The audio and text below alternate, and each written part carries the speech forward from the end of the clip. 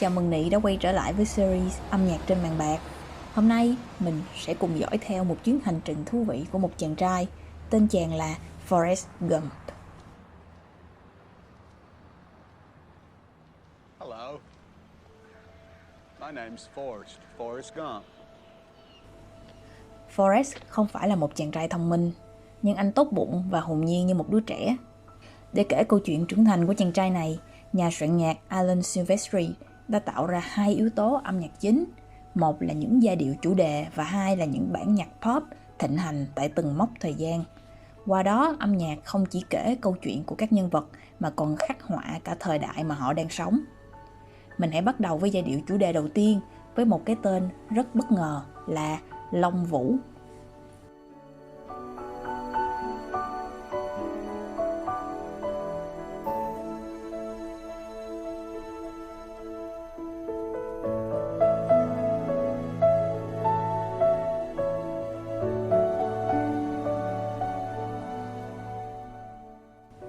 Đây cũng là chủ đề xuất hiện đầu tiên trong bộ phim trong đoạn giới thiệu I am Forrest Gump. Được chơi bằng piano và đàn dây, chủ đề này rất đơn giản và thơ ngây. Mình có thể chơi giai điệu này chỉ bằng một tay trên đàn piano như một đứa trẻ chơi đàn. Điều này cũng giống với chính Forrest, anh ấy có một cuộc đời phi thường nhưng hầu như không nhận thức được điều đó. Tiếng violin dưới nền piano tạo thêm chiều sâu và sự trang nghiêm cho giai điệu, thì sự tương tác giữa hai nhạc cụ được sử dụng với ngụ ý miêu tả về một nhân vật ngây thơ như trẻ con, nhưng sống giữa những sự kiện có tầm vóc hoành tráng của thế giới xung quanh. Đoạn giai điệu này sau đó cũng được nhắc lại trong một vài khoảnh khắc xúc động khi Forrest ở bên mẹ hoặc ở bên cô bạn gái Jenny. Tiếp nối sự phát triển của nhân vật là giai điệu chủ đề về mối tình giữa Forrest và người bạn gái thời thơ ấu Jenny. Giai điệu chủ đề này xuất hiện trong lần gặp đầu tiên của Forrest và Jenny trên xe bus. I had never seen anything so beautiful in my life.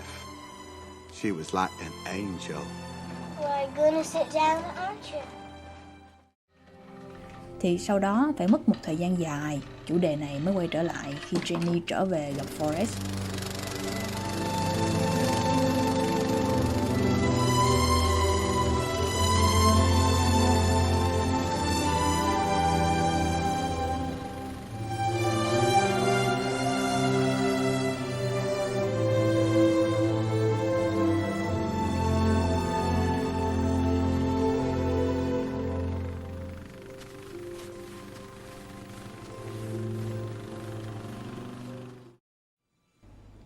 Lần tiếp theo, chủ đề này xuất hiện là khi Forrest gặp con trai. Tiếng piano nhẹ nhàng, cộng thêm diễn xuất tuyệt vời của Tom Hanks đã tạo nên một phân cảnh vô cùng xúc động. But is he smart? He's very smart. He's one of the smartest in his class.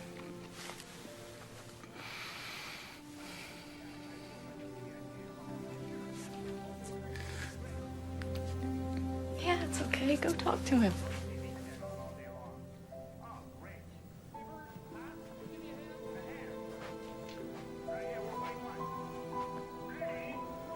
What are you watching? Fortnite.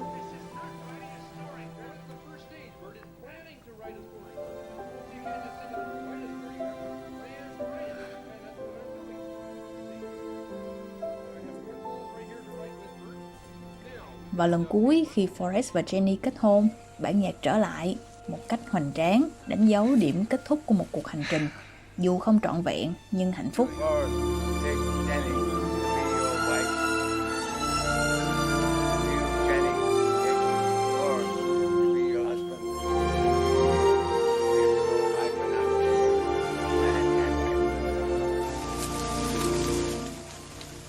Một giai điệu chứa đựng nhiều cảm xúc khác nhau, có tình yêu, tuổi thơ, kỷ niệm, đam mê và tất nhiên là cả nỗi buồn. Và một chủ đề tiếp theo dành riêng cho Forrest có tên là Running, chạy. Đơn giản, nhưng đây lại là chủ đề gắn với phân cảnh nổi tiếng nhất của phim. Khác với hai chủ đề trước, chủ đề này sôi động và cực kỳ lạc quan. Đây cũng đại diện cho quãng thời gian chạy bộ của Forrest và những cuộc phiêu lưu mà anh có. Run, Forrest, run! bắt đầu rụt rè, chậm chạp như những bước chân đầu tiên của Forrest, nhưng từ từ anh tăng tốc và phá vỡ xiềng xích của mình. Và âm nhạc cũng vậy.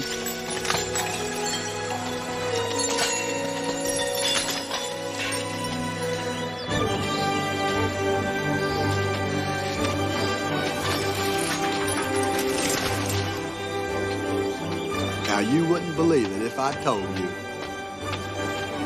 But I could run like the wind blows. From that day on, if I was going somewhere, I was running.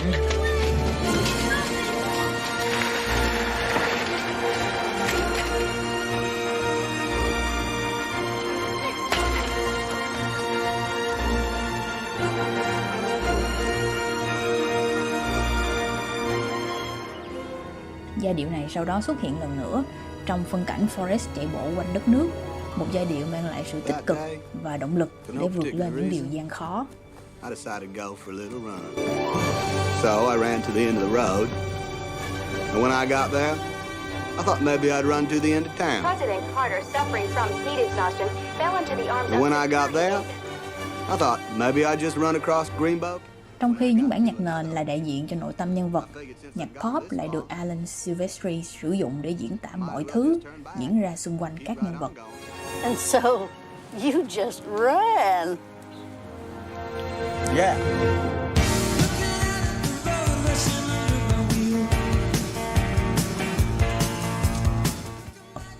Silvestri đã khéo léo lồng ghép các bản nhạc pop phổ biến từ những thập niên 50, 60 và 70, rồi cố gắng kết hợp lời bài hát với hành động trên màn hình. Các bài hát pop được phát theo thứ tự thời gian khi bộ phim diễn ra qua các thập kỷ, theo sát cuộc đời của Forrest. Ví dụ như trong phân cảnh đầu phim, khi Forrest gặp Elvis Presley.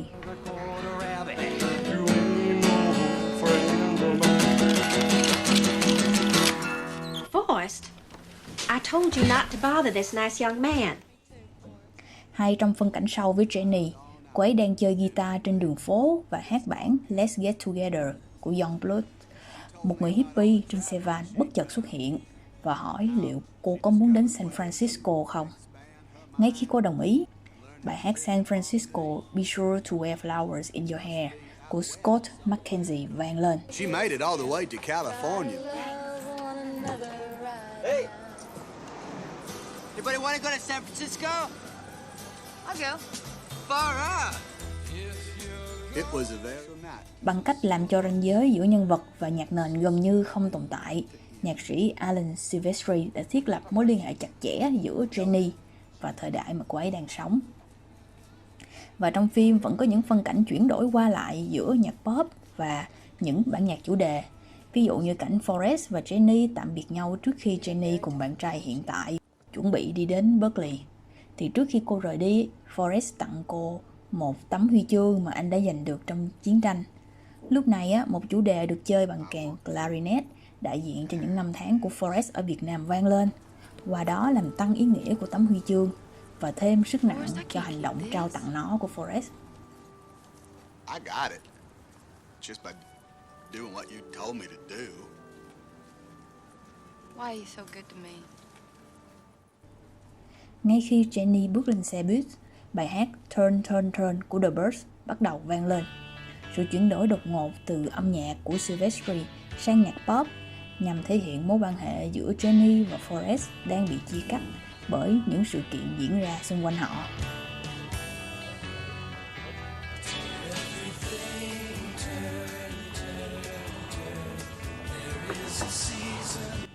Và cứ như thế, âm nhạc của Silvestri ngoài việc kể câu chuyện về Forrest và những người xung quanh, còn đóng vai trò như một dòng thời gian cho từng thời kỳ mà bộ phim diễn ra. Trong khi Alan Silvestri mang lại cá tính cho các nhân vật trên màn ảnh, thì nhạc pop lại mang lại cá tính cho thế giới xung quanh họ. Cuối phim, hình ảnh chiếc lông vũ lại xuất hiện trở lại. Chiếc lông vũ này có một ý nghĩa vô cùng quan trọng đối với Forrest. Nó đặt ra một câu hỏi về số phận được định sẵn của mỗi người.